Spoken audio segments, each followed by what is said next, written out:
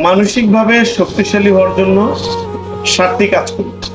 এই 7টি কাজ যদি আপনি করতে পারেন তাহলে আপনি মানসিকভাবে মজবুত হবেন, শক্তিশালী হবেন। এবং এই মানসিকভাবে শক্তিশালী হওয়ার জন্য আপনাকে অনেক টাকা খরচ করতে হবে। বিষয়টির উপর আপনাকে নিজেকে শক্ত হইতে হবে, কয়েকটা নিয়ম মেনে চলতে হবে।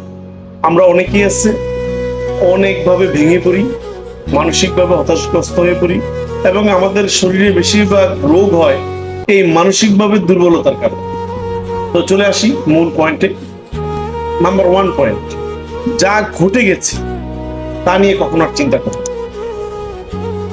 জীবনে যেটা ঘটে গেছে, সেটা দুর্ঘটনা ঘটে গেছে, জীবনের অতীত বা যে বিষয়গুলো খুব নেগেটিভ, এটাকে নিয়ে আর দ্বিতীয়বার চিন্তা করবে। যেটা ঘটে গেছে ডান, এটা শেষ। এটা নিয়ে চিন্তা করে সময় নষ্ট করার মতো সময় কারো হাতে নেই, এবং এটা নিয়ে চিন্তা করছেন তো মরছেন। তাহলে সাফ কথা যে যা ঘটে গেছে তা নিয়ে চিন্তা করা যাবে। নাম্বার 2, অন্যের কথায় কান দিবেন। এটা আমাদের একটা অনেক বড় সমস্যা। আমরা অনেকেই কাজটা করে থাকি, অন্যের কথায় কান দেই। অন্যের কথায় কান দিয়ে আমরা অনেক কিছু আছে পরিবেশ নষ্ট করি। বিশেষ করে ঘরে যারা মা বোন আছে, পাশের বাড়ির যারা আসে, আহারে শাসি এটা তো এরকম হয়েছে, ওটা তো এরকম হয়েছে, ওটা তো এরকম হয়েছে, আপনি এটা এইভাবে করেন। অনেক কুসংস্কার দিয়ে তারা আপনাকে আমাকে ডাইভার্ট করে এবং আপনাকে আমাকে বিভিন্ন ভাবে ভুল বুঝায়। ভুল বুঝাইতে মানে একটা নেগেটিভ কথা, মিথ্যা কথা 100বার বললেও সেটাকে কিন্তু অনেক সময় সত্য মনে হয়। এই জন্য মনে রাখবেন যে অন্য কি বললো সেই কথায় কান দিবেন না। নাম্বার 3, কারো কাছ থেকে বেশি কিছু আশা করি। আমরা কি করি, যারা আপনজন হয় বা কাছের লোক হয়, ভাই ব্রাদার, তাদের কাছে কি এক্সপেকটেশনটা অনেক বেশি করি, অনেক কিছু আশা করি। এটা করবেন, মনের ভিতরে এটা রাখুন, সে আমাকে যতটুকু দিবে আলহামদুলিল্লাহ, বরং তার চেয়ে কম আশা করি। সে যদি আমাকে 20 টাকা দেওয়ার চিন্তা থাকে, আমি মনে মনে ধরে নিই যে 2 টাকা দিবা, না দিলেও আলহামদুলিল্লাহ। এইভাবে করে প্রত্যেকটা বিষয় যে মানুষের কাছ থেকে চাহিদাটা কম রাখে, অন্যের কাছ থেকে এক্সপেকটেশনটা চাহিদাটা কম থাকলে মানসিকভাবে একটা শান্তি পাওয়া যায়। সে যা দেয় তার চেয়ে একটু তা দিলেও অনেক সময় মনে হয় অনেক বেশি কিছু আমরা কি পেয়েছি। এই জন্য এটা মনে রাখবো যে কোনোভাবেই বেশি এক্সপেকটেশন রাখবো।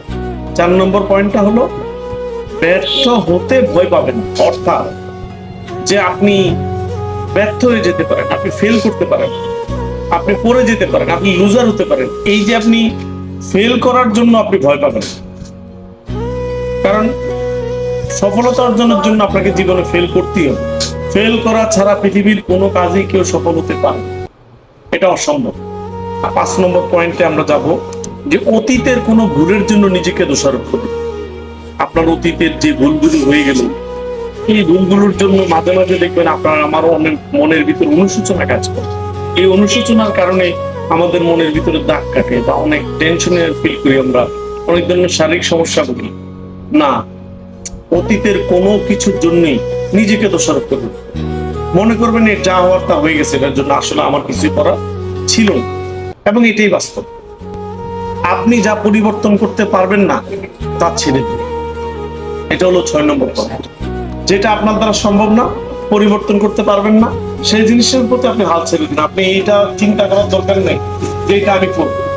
আপনি নিজের ভিতরে চিন্তা করুন যে এই জিনিসটা আপনার দ্বারা সম্ভব, এই জিনিসটা আপনার দ্বারা সম্ভব। যা সম্ভব না তা নিয়ে অযথা পরিশ্রম করার প্রয়োজন নাই। 7 নম্বর পয়েন্টে সবচেয়ে গুরুত্বপূর্ণ, নেতিবাচক খবর থেকে বন্ধ করুন। শুধু খবর কেন, আপনার নেতিবাচক কথা বলে আপনার আশপাশে যারা আছে তাদের কাছ থেকে দূরে থাকুন।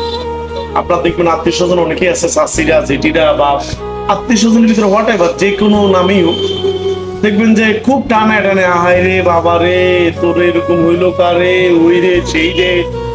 এই যে যারা হতাশামূলক কথা বলে, আপনাকে মানে ভেঙে দেওয়ার মতো কথা বলে, হাই হুতাশ করে, এদের কাছ থেকেও দূরে থাকুন।